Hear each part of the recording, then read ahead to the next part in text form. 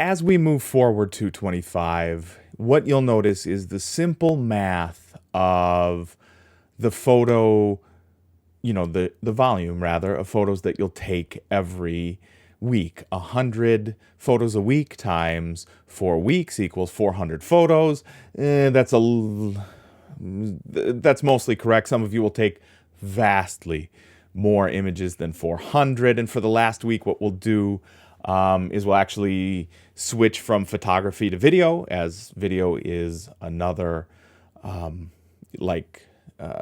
another endpoint for where photography goes.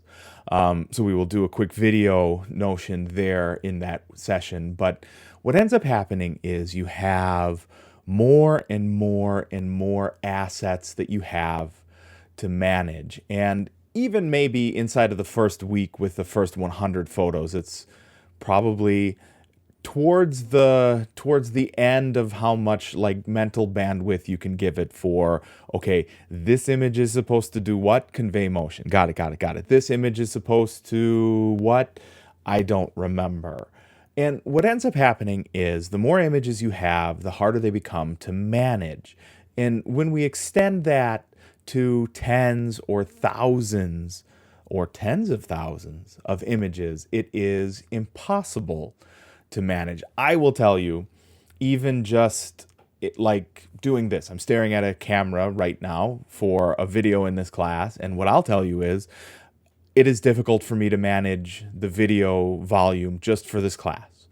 I have to manage the videos in a very real way, and one of the best ways to be able to do that, and honest to buttons, an industry standard way to be able to manage that, is Adobe Bridge. And that's the software, for the link anyway, for the software that you can see behind me here. Adobe Bridge is always free. They are using it as a gateway for you to embrace other Adobe software.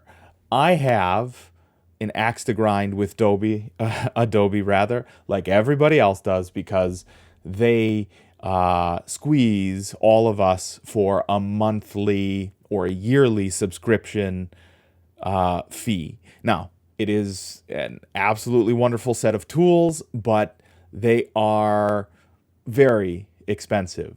Bridge is free, and it is a wonderful tool to help you manage your images. You'll be able to give them tags, you'll be able to organize them, name them, export them, play with them in batches so that the management is easier. This maps to chapter 4 in the DCP textbook, where they're talking about an image workflow. This is that image workflow. There are certainly other programs that we could use that accomplish much the same thing. If you're super vigilant, you could probably do the same thing with like automation in Mac or Windows Power Tools for automation maybe. But I'll tell you, those are usually gross and you get lazy and you kind of forget. So the more images you have, the more essential it is that you use a management platform. A quick note on other pieces of software. One of the software is Adobe Lightroom. And what Lightroom does is it's halfway in between Bridge and Photoshop. So you can do light workflow management and you can do light image editing.